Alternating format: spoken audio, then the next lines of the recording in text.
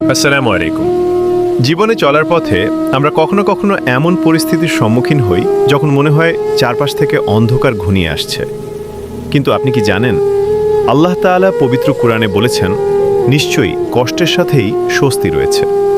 আজকের ভিডিওতে আমরা জানব বিপদের সময় ধৈর্য ধরার অবিশ্বাস্য পুরস্কার সম্পর্কে। আল্লাহ আমাদের প্রিয় বান্দাদের পরীক্ষা করেন। এটি আপনার ওপর গজব নয়, বরং আপনার মর্যাদা বৃদ্ধির একটি মাধ্যম। যেমনটি সূরা বাকারার ১৫৫ নম্বর আয়াতে বলা হয়েছে, আল্লাহ আমাদের ভয়, ক্ষুধা এবং ধন সম্পদের ক্ষতির মাধ্যমে পরীক্ষা করবেন।